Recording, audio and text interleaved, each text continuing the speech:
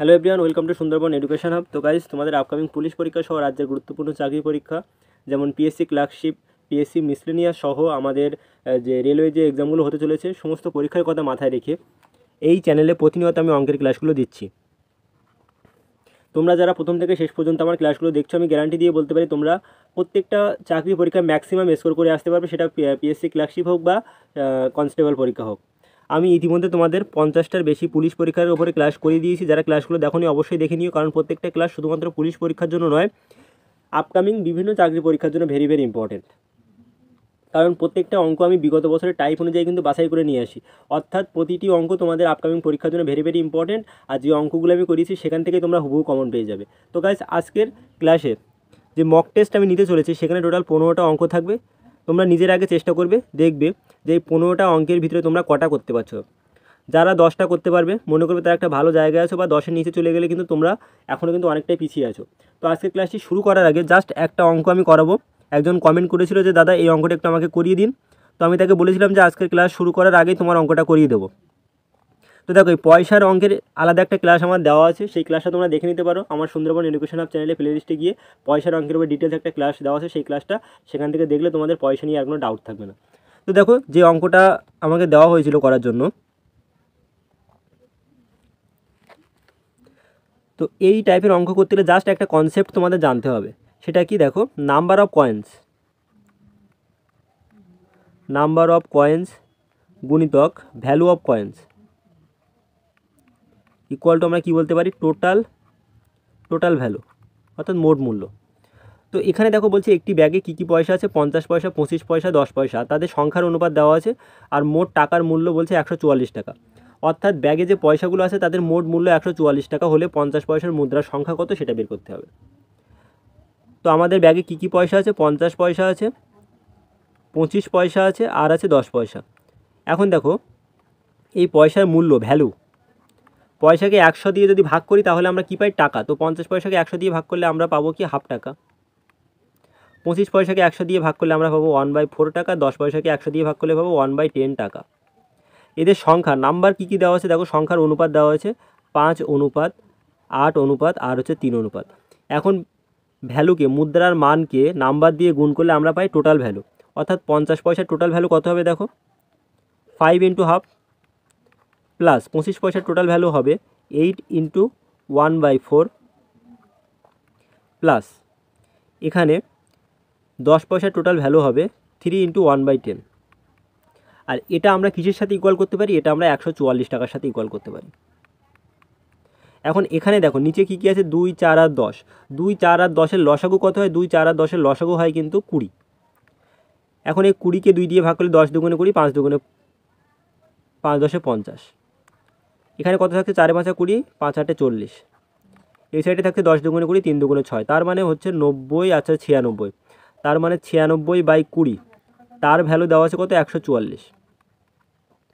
এখান থেকে দেখো আমরা 1 অনুপাতের ভ্যালু বের করতে পারলে আমাদের 50 পয়সা মুদ্রার সংখ্যার অনুপাত কত, 5 অনুপাত। তো 1 অনুপাতের ভ্যালু আগে বের করে নিই, 96/20, তার ভ্যালু যদি 144 হয় তো 1 অনুপাতের ভ্যালু কত হবে, 1 অনুপাতের ভ্যালু হয়ে যাবে 144 ইন্টু 20/96। এটাকে 12 দিয়ে কাটলে দেখো, এটাকে তুমি 24 দিয়েও কাটতে পারো, 4 24 96 আর 6 24 144, 4 5 20। তো 1 অনুপাতের ভ্যালু 5 6 30। 1 অনুপাতের ভ্যালু যদি 30 হয়, আমাদের 50 পয়সা মুদ্রার সংখ্যা কত, 5 অনুপাত। তো 5-এর ভ্যালু কত হবে, 150। তো 50 পয়সা মুদ্রার সংখ্যা কতটি হবে, 150টি। আশা করি তোমরা বুঝতে পেরেছো, খুবই সহজ টাইপের অঙ্ক। জাস্ট এই কনসেপ্টটা মনে রাখবে, নাম্বার অফ কয়েন্সকে যদি ভ্যালু অফ কয়েন দিয়ে গুণ করা হয় তাহলে টোটাল ভ্যালু পেয়ে যায়। তো এখানে 50 পয়সার যে ভ্যালু কত, হাফ, আর নাম্বার কত, 5। তো হাফ আর 5 গুণ করলে আমরা 50 পয়সার টোটাল ভ্যালু পেয়ে গেলাম। তো এখান থেকে 50 পয়সা, 25 পয়সা আর 10 পয়সা টোটাল ভ্যালু যোগ করলে আমরা মোট মূল্য কত, 100 টাকা পেয়ে যাবো। সেটার সাথে ইকুয়াল করে দিলাম, দিয়ে 1 অনুপাতের ভ্যালু 30 পেয়েছি, 5 অনুপাতের ভ্যালু কত, 150। কিছুই নেই, সহজ টাইপের অঙ্ক।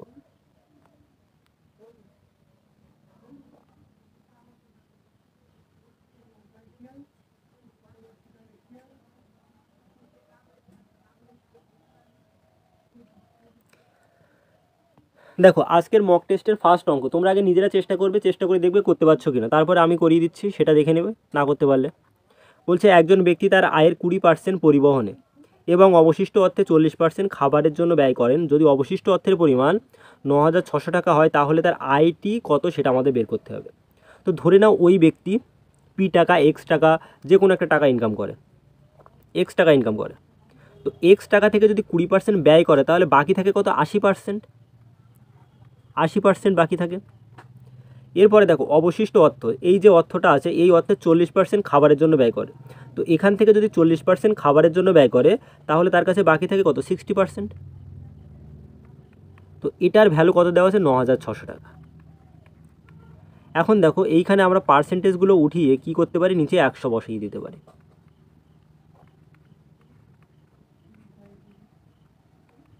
ইকুয়াল 9,600। দেখো এই 60-এর শূন্য এই শূন্য ক্যান্সেল হলো, দুটো শূন্য ক্যান্সেল করে দিলাম। 8 12 96, 6 দিয়ে কাটলে 6 দুগুণে 12, তাহলে 200 থাকছে এই সাইডে। আর এখানে এক্স ইকুয়াল টু এখানে 100 ছিল, তো 100 গুণিতক 200 কত হয়ে যাবে? 20,000 টাকা। তাহলে তার আইটি কত? 20,000 টাকা। Option B is the right answer. আশা করি তোমরা বুঝতে পেরেছো। দেখো পরের অঙ্কটি কী বলছে।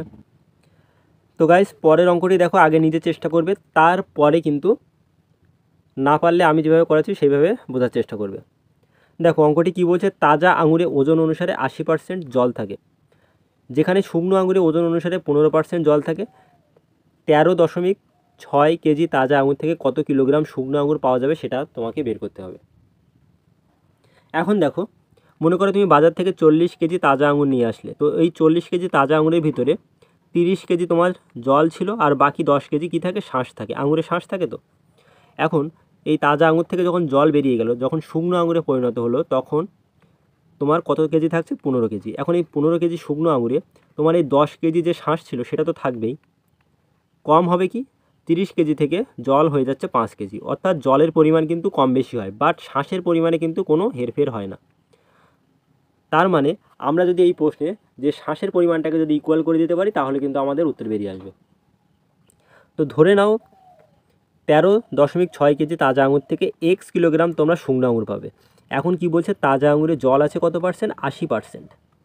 তো 80% জল থাকলে শাঁস মানে পাল্প থাকবে কত পার্সেন্ট? 20%। তো শুকনো আঙুরে এখন কি হচ্ছে? ওজন অনুসারে জল হচ্ছে 15%। তো শুকনো আঙুরে জলের পার্সেন্টেজ কত গিয়ে দাঁড়িয়েছে? 15%। তার মানে পাল্প শাঁস কত থাকবে? 85%। এখন দেখো এই শাঁসের পরিমাণটা আমরা ইকুয়াল করতে পারি। তো 13.6 কেজিতে আছে 20%। আমরা শুকনো আঙুর কত পাচ্ছি? X kilogram. তো এক্স কেজিতে আমরা কত পাচ্ছি? পাল্প 85%। এখন উভয় পক্ষ থেকে পার্সেন্টেজ কী হয়? ক্যান্সেল হয়ে যায়। পার্সেন্টেজটাকে ক্যান্সেল করো। 5 দিয়ে কাটলে 5 17 85 আর 4 5 20। তার মানে এক্স ইকুয়াল টু আলটিমেটলি আমরা কী বলতে পারছি? 13.6 গুণিতক 4 বাই হচ্ছে 17। তো 17 দিয়ে 13.6কে কাটলে কত বার যাবে? 0.8 বার যাবে। তো 0.8 আর 4 গুণ করলে কত হচ্ছে? 3.2 কেজি।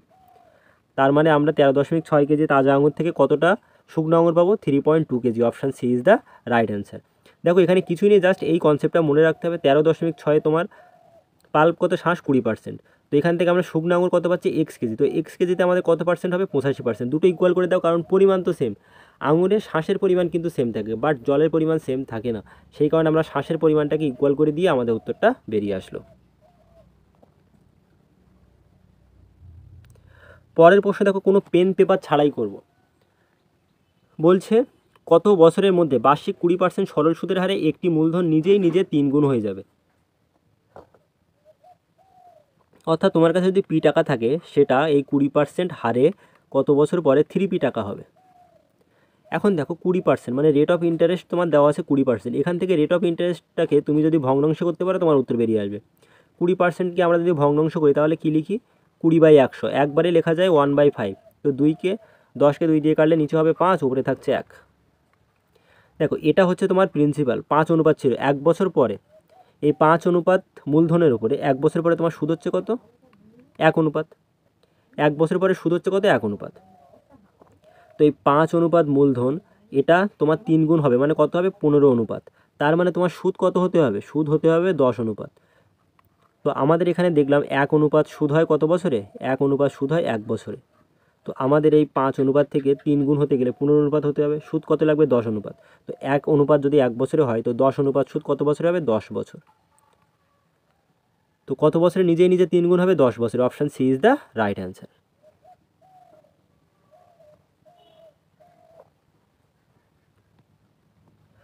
দেখো পরের একটা প্রশ্ন সেম টাইপের আমি রেখেছি, তোমরা আগে নিজেরা করার চেষ্টা করো, তারপর না পারলে কিন্তু আমি যেভাবে করছি সেইভাবে করো। পরের প্রশ্ন বলছে কত বছরের মধ্যে বার্ষিক 2.6/7% সরল সুদের হারে প্রাপ্ত সুদ মূলধনের সমান হবে। এখানে বলছে প্রাপ্ত সুদ হচ্ছে মূলধনের সমান, তুমি যে টাকাটা মূলধন নিচ্ছ সেই টাকাটা কত বছর পরে সুদের সাথে সমান হয়ে যাবে। মনে করো তোমার পি টাকা যদি মূলধন হয়, সেটা কত বছর পরে কত পার্সেন্ট হারে 2.6/7% হারে কত বছর পরে সেটা পি টাকা হবে, মানে সুদটা পি টাকা হবে। তার মানে রেট অফ ইন্টারেস্ট এখানে দেওয়া আছে 2.6/7%, মানে 7 × 14 20/7, মানে তোমাদের হবে 5/35। এটাকে ভগ্নাংশ করলে কত পাবে 5/35। তো এই 35টা হচ্ছে তোমাদের প্রিন্সিপাল, আর এই এখানে হচ্ছে 1/35, আর এই একটা হচ্ছে সিম্পল ইন্টারেস্ট। তার মানে তোমার 35 অনুপাত মূলধনে তুমি 1 বছরে কত অনুপাত সুদ পাচ্ছ, 1 অনুপাত। তো 1 বছরে পাচ্ছ সুদ কত, 1 অনুপাত। তার মানে আমরা এখান থেকে বলতে পারি 1 অনুপাত সুদ পাই কত বছরে, 1 বছরে। আমাদের এই 35 অনুপাত সুদ পেতে গেলে কত বছর টাইম লাগবে, 1 অনুপাত সুদ পেতে যদি 1 বছর টাইম লাগে, তাহলে 35 অনুপাত পেতে গেলে 35 বছর টাইম লাগবে। Option B is the right answer. আশা করি তোমাদের বোঝাতে পেরেছি। তো এখান থেকে রেট অফ ইন্টারেস্টটাকে তোমরা যদি ভগ্নাংশ করে নিতে পারো, তাহলে সেখান থেকে তোমরা কিন্তু বলে দিতে পারবে যে তোমাদের টাইম কত লাগছে, বা সব কিছু কিন্তু এখান থেকে হয়ে যাবে। আমাদের নিচে যেটা থাকবে সেটা হচ্ছে প্রিন্সিপাল থাকবে। তো 35-এ আমরা 1 বছর পরে সুদ পাচ্ছি কত, 1 অনুপাত। তো 1 অনুপাত সুদ পেতে টাইম লাগে 1 বছর। আমাদের বলছে সুদ মূলধনের সমান হবে, তার মানে মূলধন 35 হলে আমাদের সুদও কত হবে 35। তো এই 35 অনুপাত সুদ পেতে টাইম লাগবে কত বছর, 35 বছর। পরের অঙ্ক দেখো, নিজেরা চেষ্টা করবে। এভারেজের এই অঙ্ক অলরেডি আমি করিয়ে দিয়েছি, তারপর আরেকবার করাচ্ছি। এই মক টেস্টে এই টাইপের অঙ্ক কিন্তু তোমাদের থাকবে। গড় থেকে যদি দেখো বেশিরভাগ পরীক্ষায় এই টাইপের অঙ্ক থাকে। আগে নিজেরা করার চেষ্টা করো। বলছে কি যে 10টি সংখ্যার গড় 46, পরে দেখা গেছে 46 নম্বরটি ভুল করে 53 লেখা হয়েছিল, সংখ্যার সঠিক গড়টি নির্ণয় করো। তাহলে যে গড়টা অলরেডি দেওয়া আছে সেটা লিখে ফেলো 46, প্লাস 46-এর পরিবর্তে ভুল করে কত লেখা হয়েছে 53, তাহলে যেটা ভুল করে লেখা হয়েছে তার আগে মাইনাস দেবে, সঠিকের আগে প্লাস দাও। তো কটি সংখ্যার গড় 10টি, তো নিচে 10। এখন দেখো 46, এই 53 থেকে 46 মাইনাস করলে থাকবে হচ্ছে 7, আর বড় সংখ্যার আগে মাইনাস, মানে এখানে কী হবে প্লাসে মাইনাসে মাইনাস, -7/10। তো 7কে 10 দিয়ে ভাগ করলে পাবে হচ্ছে 0.7। তো 46 থেকে 0.7 বাদ গেলে 45.3। সংখ্যার সঠিক গড় কোনটি হবে, 45.3। Option C is the right answer. পরে দেখো আরেকটা সেম টাইপের অঙ্ক রেখেছি, যাতে তোমাদের বুঝতে অসুবিধা না হয়। তো আগে নিজেরা করার চেষ্টা করো, তারপরে আমি তো করিয়ে দিচ্ছি প্রত্যেকটা অঙ্ক, সবাই আগে নিজে কিন্তু চেষ্টা করবে।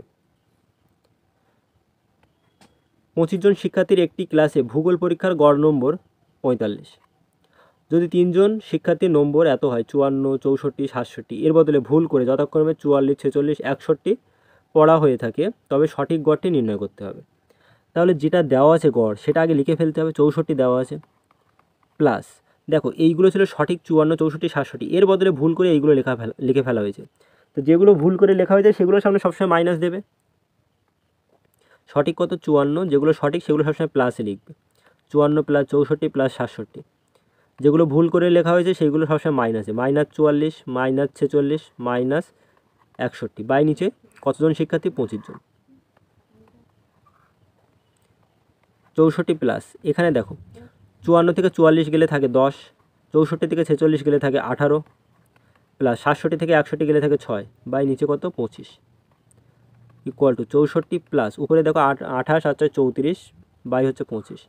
এখন এই 34কে 25 দিয়ে ভাগ করতে গেলে কিন্তু সমস্যা হবে। এখন আমরা কি করতে পারি, নিচে 25টাকে 100 করে নিলে আমাদের কিন্তু ক্যালকুলেশনের সুবিধা হবে। তো 25কে 100 করতে গেলে আমাদের কি করতে হবে, 4 দিয়ে গুণ করতে হয়। তো 25কে 4 দিয়ে গুণ করলে যেমন 100 হবে, তো এটা হচ্ছে কি 34/25 লব বাই হর। তো হরকে তুমি যদি 4 দিয়ে গুণ করো, তো লবকেও কী করতে হবে, 4 দিয়ে গুণ করতে হবে। তো 34 × 4, নিচে 25কে 4 দিয়ে গুণ করলে কত হচ্ছে 100। তার মানে 64 প্লাস 34 × 4 করলে হচ্ছে 136, আর 136কে 100 দিয়ে ভাগ করলে 1.36 পাবে। তো 64 প্লাস এখন 1.36, মানে উত্তরটা আসবে 65.36। Option B is the right answer. কিছুই নিয়ে জাস্ট একটু ক্যালকুলেশন করতে হবে। তো গাইস আশা করি বুঝতে পেরেছো। দেখো পরের অঙ্কটি কি বলছে,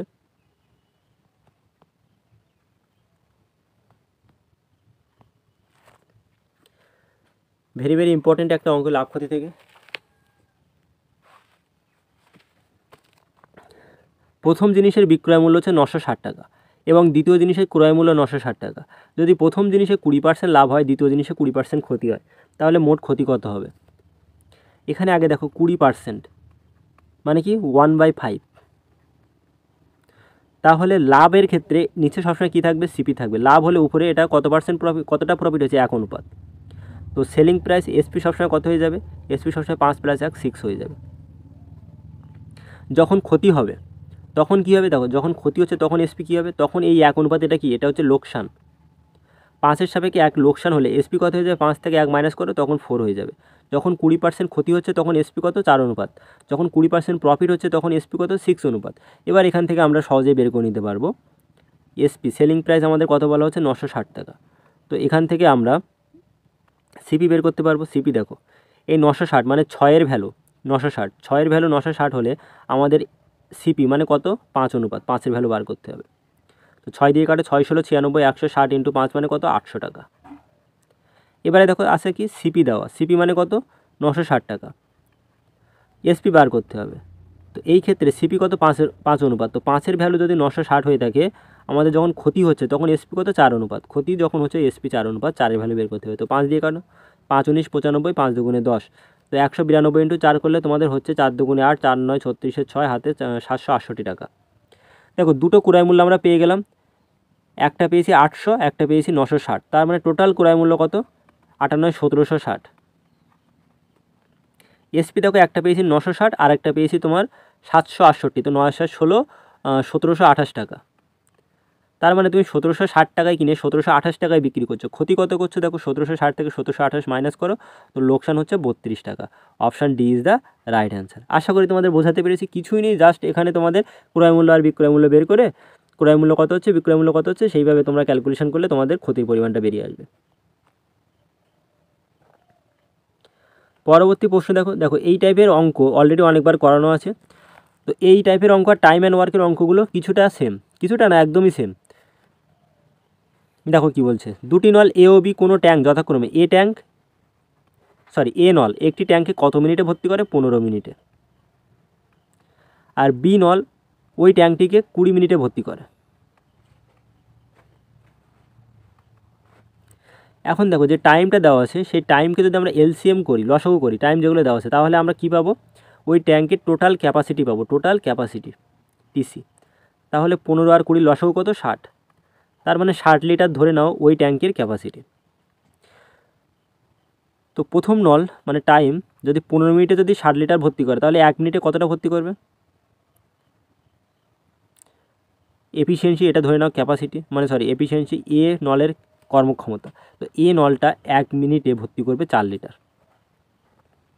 বি নলটা 1 মিনিটে ভর্তি করবে 3 লিটার। এই পর্যন্ত আশা করি সবার ডাউট ক্লিয়ার। এখন বলছে দুটি পাইপকে একত্রে চালানো হলো, কিন্তু দুটি পাইপ মানে এ আর বি একসাথে খোলা হয়েছে, এ আর বি একসাথে খোলা হয়েছে, কিন্তু 4 মিনিট পরে এ পাইপ বন্ধ করে দেওয়া হলো। ট্যাঙ্কটি ভর্তি হতে মোট কতক্ষণ সময় লাগবে। এখন দেখো টোটাল তো 60 লিটার জল, আর এই এ নল 4 মিনিট পরে বন্ধ করে দেওয়া হয়েছে, অর্থাৎ দুটো নল একসাথে খোলা 4 মিনিট পরে এ নল বন্ধ করে দেওয়া হয়েছে। আর বাকি বি নলটি ট্যাঙ্ক ভর্তি করছে, অর্থাৎ বি নলটি প্রথম থেকে শেষ পর্যন্ত ট্যাঙ্ক ভর্তি করে যাচ্ছে। তো এখান থেকে আমরা একটা জিনিস করতে পারি, যে 4 মিনিটে এ নলটা যতটা ভর্তি করেছে সেটা মাইনাস করে দিয়ে যেটা আমরা পাচ্ছি, যতটা আমরা পাচ্ছি সেটাকে যদি এই বি এর ক্যাপাসিটি দিয়ে ভাগ করি, তাহলে কিন্তু আমাদের উত্তর বেরিয়ে আসবে। ঠিক আছে, কারণ এ নলটা 4 মিনিটে যতটা ভর্তি করেছে সেটা আমরা মাইনাস করে দিই। তার মানে প্রথম থেকে কে ভর্তি করছে, বি প্রথম থেকে শেষ পর্যন্ত ভর্তি করে আসছে। দেখো টোটাল ছিল 60 লিটার, এখান থেকে মাইনাস করো এ কত মিনিট ভর্তি করেছে, 4 মিনিট। তো 4 মিনিটে কতটা ভর্তি করবে, 1 মিনিটে যদি 4 লিটার ভর্তি করে, 4 মিনিটে 4 4 16 ভর্তি করবে। তো সেটা মাইনাস করো, তাহলে কত হচ্ছে 44 লিটার। এই 44 লিটার ভর্তি করছে কে, বি। প্রথম থেকে শেষ পর্যন্ত এই 44 লিটার কে ভর্তি করবে, বি। তাহলে বি যদি 1 মিনিটে 3 লিটার ভর্তি করে, 44 লিটার ভর্তি করতে তার টাইম লাগবে কত, 3 14 42, 14 পূর্ণ 2/3 মিনিট। তার মানে আমাদের উত্তর হবে 14 মিনিট সামথিং একটা সেকেন্ড। তো কোন অপশান আছে, অপশান ডি। তার মানে দেখে নাও 14 মিনিট আর এই 2/3 সেকেন্ড, মানে এটাকে যদি মিনিটে করি তাহলে 60 দিয়ে গুণ করতে হবে, এটাকে যদি সেকেন্ডে করি, এই 2/3 মিনিটকে সেকেন্ডে করতে গেলে 60 দিয়ে গুণ করতে হবে, 3 × 60, 20 × 40। তার মানে আমাদের উত্তর আসছে 14 মিনিট 40 সেকেন্ড। আশা করি বুঝতে পেরেছো। দেখো যে চলে যাচ্ছে 4 মিনিট পরে এ নলটি বন্ধ করে দেওয়া হচ্ছে, যেমন সে কাজের ক্ষেত্রে হতো 4 মিনিট পরে এ চলে গেল, কিন্তু এখানে কি 4 মিনিট পরে যে নলটা বন্ধ করে দেওয়া হচ্ছে সেটা তোমরা মাইনাস করে দেবে। 4 মিনিটে কতটা ভর্তি করে, 16 লিটার। তো সেটা মাইনাস করো। এখন এই 44 লিটার কে ভর্তি করবে, বি। প্রথম থেকে শেষ পর্যন্ত বি ভর্তি করে, তার মানে আমরা এখান থেকে 44কে বি এর এফিসিয়েন্সি দিয়ে ভাগ করলে আমাদের টোটাল টাইমটা কিন্তু পেয়ে যাব।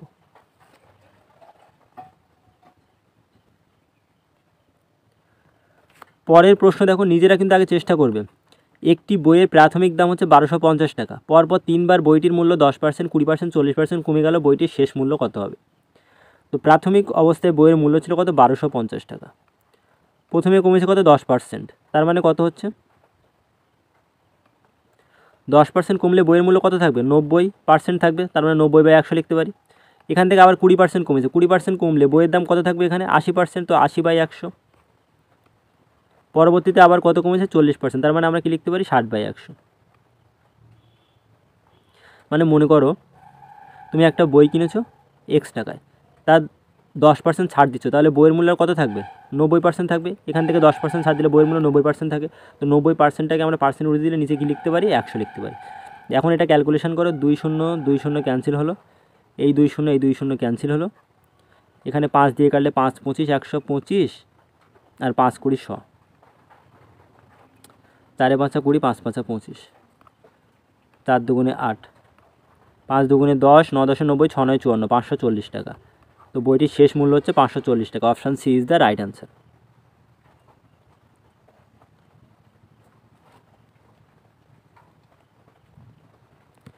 পরের প্রশ্নে দেখো কী বলছে, কোনো বিদ্যালয়ের মাধ্যমিক পরীক্ষার্থীদের 95% বাংলায় আর 85% গণিতে 120 জন উভয় বিষয়ে পাশ করেছে। দেখো 95% বাংলায় পাশ করলে ফেল করেছে কত পার্সেন্ট? 100 থেকে 95 মাইনাস করলে 5% বাংলায় ফেল করেছে। ইংলিশে ফেল করেছে কত পার্সেন্ট? ইংলিশে দেখো এটা হচ্ছে বাংলায় ফেল করেছে, বিএফ লিখলাম, ইংলিশে ফেল মানে ইএফ। 85% পাস করলে ফেল করবে কত? 100 মাইনাস 85 মানে 15%। টোটাল ফেল করছে কত? 20%। তো 100 থেকে 20 মাইনাস করলে উভয় বিষয়ে পাস করবে কত পার্সেন্ট? 80%। উভয় বিষয়ে পাস করেছে কত? 80%। এই 80-র ভ্যালু দেওয়া আছে কত? 120। আমাদের টোটাল পরীক্ষার্থী কত? 100%। তো 100-এর ভ্যালু বার করতে হবে। তো 4 20 80, 4 6 120, 4 25 100, 6 25 150 জন। তাহলে ওই বিদ্যালয়ে টোটাল পরীক্ষার্থীর সংখ্যা কত? 150 জন। Option B is the right answer. পরের অঙ্কটা দেখো কী বলছে, খুবই ভালো একটা অঙ্ক, বারবার কিন্তু পরীক্ষায় আসে। দুটি বৃত্তের ক্ষেত্রফলের অনুপাত 4:9, তাদের পরিধির অনুপাত কত? অর্থাৎ দুটি বৃত্তের এরিয়া তাদের অনুপাত দেওয়া আছে 4:9, পরিধির অনুপাত বের করতে হবে, সার্কামফারেন্স। দেখো যখনই ক্ষেত্রফলের অনুপাত দেওয়া থাকবে, অর্থাৎ ক্ষেত্রফল মানে হচ্ছে 2D আর সার্কামফারেন্স মানে হচ্ছে 1D। 2D থেকে যখন তুমি 1D বের করবে তখন জাস্ট কী করবে? এদের বর্গমূল নেবে, 4:9 মানে 4:9 বর্গমূল। তো এদের বর্গমূল নিলে কত পাবে তুমি? 2:3। তো পরিধির অনুপাত কত হয়ে যাবে? 2:3। যখন আমরা 2D থেকে 1Dতে আসবে তখন কি করব? বর্গমূল নেব। বাট যখন 1D থেকে 2Dতে যাব তখন কি হবে? তখন আমরা এদের স্কোয়ার করব। ঠিক আছে, সহজ একদম, কিছুই নেই। আর এমনি যদি তোমরা বুঝতে চাও তো দুটি বৃত্তের ক্ষেত্রফল মানে এরিয়া কত? পাই আর স্কোয়ার। তো পাই r1 স্কোয়ার হচ্ছে 4, আর পাই r2 স্কোয়ার হচ্ছে কত? 9। ঠিক আছে, তো আমাদের পরিধি অনুপাত বের করতে হবে। পরিধি মানে কত? 2 পাই, একটা হচ্ছে r1 আর একটা হচ্ছে 2 পাই r2। দেখো 2 পাই উভয় পক্ষে কেটে যায়, এখানে পাই পাই কেটে গেল, তার মানে কি হচ্ছে? r1/r2। এদের স্কোয়ারটা সাইড চেঞ্জ করে আসলে কী হবে? স্কোয়ার রুট হয়ে যাবে, তার মানে কত হচ্ছে? 2/3। তো r1:r2 মানে কত হচ্ছে? 2:3। তো এখানে পরিধি 2 পাই r1 আর 2 পাই r2, উভয় পক্ষ থেকে পাই 2 পাই কেটে গেলে কী থাকে? r1:r2 মানে কত? 2:3। তো পরিধির অনুপাত কত হয়ে যাবে? 2:3। তো এখানে কিছুই নেই, খুব সহজ টাইপের অঙ্ক। পরের অঙ্কটা দেখো কী দেওয়া আছে, ত্রিভুজের পরিসীমার অনুপাত, পেরিমিটার, দুটি ত্রিভুজের পরিসীমার অনুপাত দেওয়া আছে 2:3। এদের কী বের করতে হবে? ক্ষেত্রফলের অনুপাত। দেখো পরিসীমা হচ্ছে 1D, পরিসীমা মানে কি? 1D। এরিয়া মানে হচ্ছে কত? 2D। যখনই আমরা 1D থেকে 2Dতে আসবে তখন কী করবো? এদের স্কোয়ার করে দেবো। তাহলে 2-এর স্কোয়ার ইস্টু 3-এর স্কোয়ার কত হচ্ছে? 4:9। তাহলে ত্রিভুজের পরিসীমার অনুপাত যদি 2:3 হয় তাহলে তাদের ক্ষেত্রফলের অনুপাত কত হবে? 4:9। Option C is the right answer.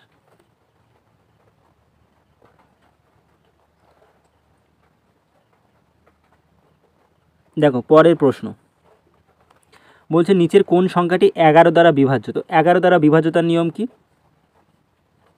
আমরা কি করব? এই যে সংখ্যা একটা দেখতে পাচ্ছ 5 2 1 4 3 4 1, এদের একটা সংখ্যা ছেড়ে এইভাবে যোগ করব। 5 1 তারপরে 4 ছেড়ে এই 3 তারপরে এই 4 ছেড়ে 1 যোগ করব।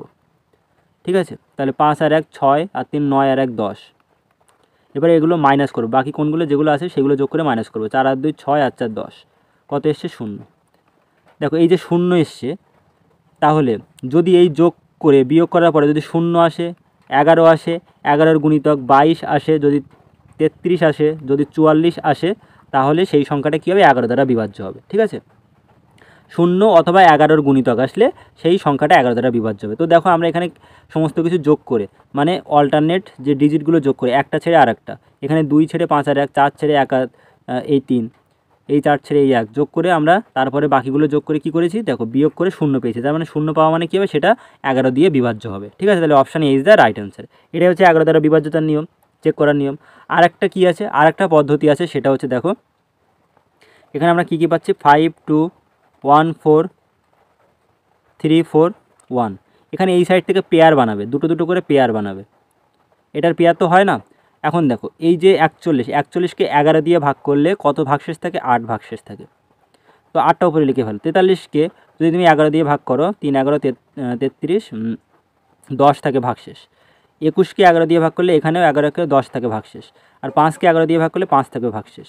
সব কটা যোগ করো, 10 আর 10 20, 20 আর 5 25 আর 8 33। এখন দেখো এই 33কে 11 দিয়ে ভাগ যায়, অবশ্যই যায়। 3 11 33 সম্পূর্ণভাবে ভাগ চলে যায়। তার মানে এটা হচ্ছে 11 দ্বারা বিভাজ্য। তার মানে এইভাবে আমরা ডিভিজিবিলিটি রুল চেক করতে পারি। ঠিক আছে, যেভাবে আমি বললাম এইভাবে ডিভিজিবিলিটি রুল চেক করতে পারি। দেখো এই নিয়মটাই কিন্তু সবথেকে বেটার নিয়ম। এই নিয়মটা কিন্তু সব ক্ষেত্রে তোমরা অ্যাপ্লাই করলে তাড়াতাড়ি হবে না। কেন হবে না, দেখো পরের অঙ্কে আমি তোমাদের দেখাচ্ছি।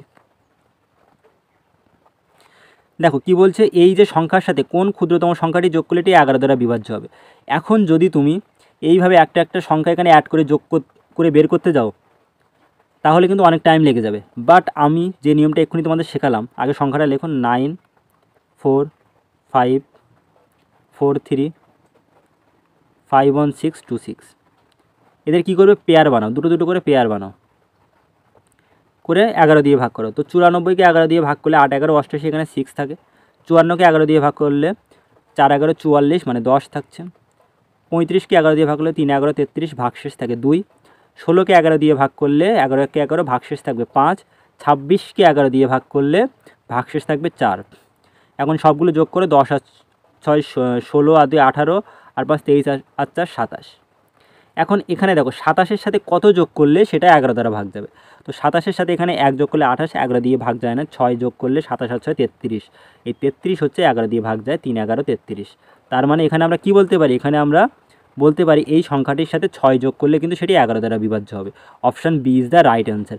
বাট যদি কেউ এখানে মনে করে 1 রাখলো, এই 9 4 5 4 3 5 1 6 2 6, এখানে 1 রেখে যদি এইভাবে অল্টারনেট যোগ করতে যায়, 9 আর 5 14, আর 3 17, আর 1 18, 18 আর 2 20, 20 আর 1 21, তারপরে এখান থেকে মাইনাস করলো 4 আর 4 16, 4 আর 4 8, 8 5 13, আচ্ছা 19, আচ্ছা 25, এইভাবে মাইনাস করে যদি সারাদিন, তার কিন্তু টাইম লেগে যাবে। ঠিক আছে, বাট এই যে নিয়মটা আমি বলে দিলাম, এই নিয়মে কিন্তু খুব তাড়াতাড়ি করে ফেলতে পারবে। তো অবশ্যই এই যে নতুন নিয়মটা তোমাদের শেখালাম, এটা অবশ্যই কিন্তু মাথায় রেখো।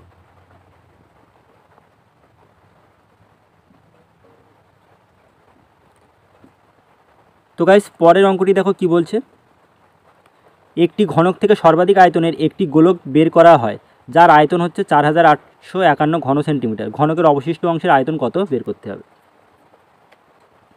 তাহলে দেখো একটি ঘনক কেমন দেখতে হয়, এইরকম।